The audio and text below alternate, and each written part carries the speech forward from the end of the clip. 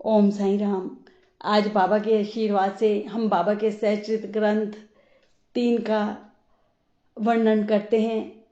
गणपति जी महाराज को प्रणाम करते हैं, माँ सरस्वती को प्रणाम करते हैं और बाबा से आशीर्वाद मांगते हैं कि बाबा हमारा मन आपकी लीलाओं में लगा रहे, हमारा मन इधर उधर ना भटके।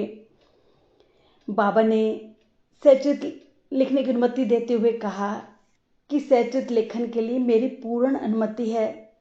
तुम अपना मन शीतल कर लो, मेरे वचनों में श्रद्धा रखो और निर्भय होकर अपने कर्तव्य का पालन करते रहो। यदि मेरी लीलाएं लिखी गई तो अविद्या का नाश होगा।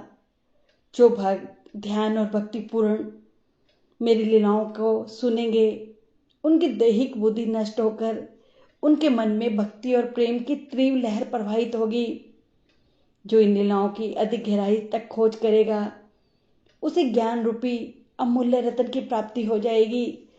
बाबा का कहने का ये अर्थ है कि जब तुम ध्यान से पढ़ोगे, गहराई से समझोगे कि मैं क्या कहना चाह रहा हूं, तो तुम्हारा मन शांत हो जाएगा। तुम तनाव में नहीं रहोगे, तुम्हारा मन विचलित नहीं होगा। तुम्हें ज्ञान रूपी अमूल्य रत्न की प्राप्ति हो जाएगी। बाबा के वचनों को सुनकर हेमांत पंत को बहुत खुशी हुई और उन्हें विश्वास हो गया कि मैं अब इस कार्य में सफल हो जाऊंगा। बाबा ने श्यामा की ओर देखकर कहा कि जो प्रेम पूर्वक मेरा नाम स्मरण करेगा, मैं उसकी सब इच्छाएं पूरी कर दूंगा। उसकी भक्ति में वृद्धि होगी। जो श्रद्धा पूर्वक मेरा गायन करेगा, मेरी लीलाओं को सुनेगा, मैं हर प्रकार से उसकी सहायता करूंगा। जो भक्तगण हृदय और प्राणों से मुझे चाहते हैं, उन्हें मेरी कथाएं सुनकर प्रसन्नता होगी। बाबा कहने लगे, विश्वास रखो, जो कोई मेरी लीलाओं का कीर्तन करेगा, उसे परमानंद और चिर संतोष की उपलब्धि हो जाएगी। बाबा खुद कह रहे हैं कि जो मेरी लीलाओं को पढ़ेगा ना, उनका मन शांत हो जाएगा। हमें सहचरित का प्रयाण जरूर करना चाहिए। बाबा क्या कह रहे हैं, बाबा की बातों को समझना चाहिए। आजकल हम इतने तनाव में रहते हैं। हमारे तनाव को दूर करने का सबसे बड़ा आसान साधन बाबा की लीलाओं को सुनो और अमल करो। बाबा कहते हैं, जो नित्य प्रति मेरा नाम स्मरण कर, पूजन कर, मेरी कथाओं और लीलाओं का प्रेम पूर्वक मनन करते हैं, ऐसे भक्तों में सांसारिक वासनाएं नहीं ठहर सकती। बाबा कहते हैं, अगर तुम्हारे मन में मेरा नाम स्मरण रहेगा, तो तुम्हें ये चिंताएं, सांसारिक वासनाएं कैसे तंग कर सकेंगी। बाबा कहते हैं कि तुम्हारे मन के सिंहासन के एक ओर मैं खड़ा हूं, दूसरी ओर माया खड़ी है। माया तुम्हारे मन के आसन पर कब्जा करना चाहती है। अब तुम पर निर्भर करता है कि तुम किसे बिठाते हो। अगर तुम मुझे बिठाते हो तो माया मेरे पास फटक ही नहीं सकती, तुम्हें माया तंग नहीं कर सकती। हाँ, अगर तुमने मेरा नाम लेना छोड़ दिया तो माया तुम्हारे मन के सिंहासन पर आकर बैठ जाएगी, तुम्हें घेर लेगी और तुम्हारा मन अशांत हो जाएगा। तुम संसार की भवसागर में भटकने लगोगे। बाबा का ही कहने का अर्थ है कि जब तुम्हारे मन में साईं नाम होता है ना, नाम स्मरण होता है, तो ये संसारिक वासनाएं, चिंताएं मेरे सामने नहीं ठहर सकती। तो हमें बाबा के नाम को अपने मन के सिंहासन में बिठा लेना चाहिए, ताकि माया हमें तंग ना करे। सच है, मेरा मन ना सारा दिन बाबा में लगा रहता है, बाबा के ध्यान में, कि साईं के लिए ये करूं, साईं के लिए ये पढ़ूं। मतलब सहजित का पाठ करती रहती हूँ, साईं का जाप करती रहती हूँ, बाबा को क्या खिलाना है, बाबा को क्या पहनाना है। तो मन में चिंता ही नहीं आती। इस संसार में चिंता तो होती है, हर इंसान की जिंदगी में परेशानियां होती हैं, पर जब बाबा का नाम मन में रहता है ना, तो ये परेशानियां तंग नहीं करती। और इस अध्याय में एक रोहिला की घटना का भी वर्णन है।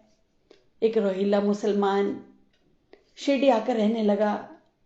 उसे बाबा से प्रेम था, पर वो जब घर में कलमे पढ़ता तो अकबर अल्लाह कि जोर जोर से आवाज, ऊंची आवाज में कलमे पढ़ता। जब शिरडी गांव के लोग थक कर रात को सोते तो उनके कानों में रोहिला की इतनी ऊंची ऊंची आवाज गूंजती, उन्हें नींद नहीं आती थी। वो सुबह के थके हुए और रात को रोहिला की आवाजें, तो उनकी नींद खराब हो गई शिरडी गांव वालों की। पर वो रोहिला को नहीं कह सकते थे। रोहिला स्वभाव का थोड़ा तेज था। गांव वालों को डर लग रहा था कि हम कुछ कहने गए तो ये लड़ पड़ेगा। तो उन्होंने सोचा कि हम बाबा को जाकर कहते हैं। वो बाबा के पास गए और बाबा को कहा कि बाबा, ये रोहिला बहुत ऊंची ऊंची आवाज में कलमे पढ़ता है, ना ये दिन देखता है ना ये रात देखता है। आप इसको कहो कि धीरे पढ़ा करे। गांव वालों ने तो सोचा था कि बाबा उसे मना कर देंगे, पर बाबा ने उनके विपरीत उत्तर दिया। कहा कि उसे ऊंची आवाज में कलमे पढ़ने दो। जब वो ऊंची आवाज में कलमे पढ़ता है ना, तो उसकी जो पत्नी है ना, वो शांत रहती है। अगर वो कलमे नहीं पढ़ता तो उसकी पत्नी मुझे आकर परेशान करती है। गांव वाले बाबा की बात सुनकर हैरान रह गए, क्योंकि वो जानते थे कि रोहिला की तो शादी ही नहीं हुई, उसकी तो कोई पत्नी ही नहीं। बाबा किस पत्नी की बात कह रहे हैं, उनकी समझ में ना आया। और गांव वाले चुपचाप वापिस लौट आए।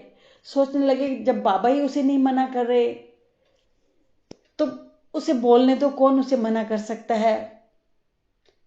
अब प्रश्न ये है कि बाबा रोहिला की पत्नी के माध्यम से हमें क्या कहना चाह रहे हैं। जो ये रोहिला की पत्नी है ना, ये हम सब लोगों के अंदर है। पत्नी का मतलब है कुविचारों से। अगर हमारे मन में भगवान का नाम होएगा, अगर हम उसे ऊंची आवाज में थोड़ा पढ़ते हैं ना, तो विचार हमें कम तंग करते हैं। ऊंची आवाज में पढ़ता था तो उसके कुविचार उसे तंग नहीं करते थे। बाबा का ये कहना है कि उसकी पत्नी मुझे तंग करती है, बाबा का ये मतलब भी नहीं था कि उसकी पत्नी द्वारका माई में आकर बाबा को तंग करती है। बाबा का मतलब था कि रोहिला के मन के अंदर बाबा रहते थे, बाबा उसके अंतरात्मा में थे। अगर वो अल्लाह अकबर का नाम ना स्मरण करे, पूजा पाठ ना करे, तो जो उसके कुविचार थे ना, वो उसे नहीं बाबा को तंग करते थे और बाबा उससे परेशान हो जाते थे। बाबा हमें ये कहना चाहते हैं कि मैं तुम्हारे मन में रहता हूं। तुम सोचते हो कि मैं शिरडी में बैठा हूं, नहीं, मैं तुम्हारे मन में हूं। मैं तुम्हें हर पल देख रहा हूं, जो कुछ भी तुम करते हो। जब तुम कोई गलत काम करते हो, अपने मन में बुरे विचार लेकर आते हो, तो सबसे ज्यादा दुख मुझे होता है, मुझे बहुत दुख होता है। बाबा इसलिए कहते हैं कि तुम मेरा नाम स्मरण किया करो, ताकि तुम्हें माया परेशान ना करे। माया परेशान नहीं करेगी तो मुझे भी दुख नहीं पहुंचेगा। तो इसलिए हमें ये कोशिश करनी चाहिए कि हम बाबा का नाम स्मरण करते रहें, ताकि माया हमें परेशान ना करे। और इस अध्याय में बाबा ने ये भी कहा है कि माँ जैसे अपने बच्चे को कितना प्यार करती है, वैसे ही गुरु अपने भक्त को भी प्यार करता है। बच्चा, छोटा बच्चा माँ को अपनी भूख के लिए नहीं बता सकता, पर माँ को पता होता है कि किस समय उसको क्या देना है। बाबा कहते हैं मुझे भी पता है कि तुम्हें क्या चाहिए, तुम्हें बार बार मेरे सामने मांगने की जरूरत नहीं, मैं सब जानता हूं, वक्त आने पर सब कुछ दूंगा, बस तुम श्रद्धा और सबूरी रखो। बाबा के तीसरे अध्याय में बाबा ने हमें बहुत अच्छे ढंग से बहुत कुछ समझाया है कि तुम मेरा नाम स्मरण करो तो तुम्हें माया परेशान नहीं करेगी। ओम साई राम।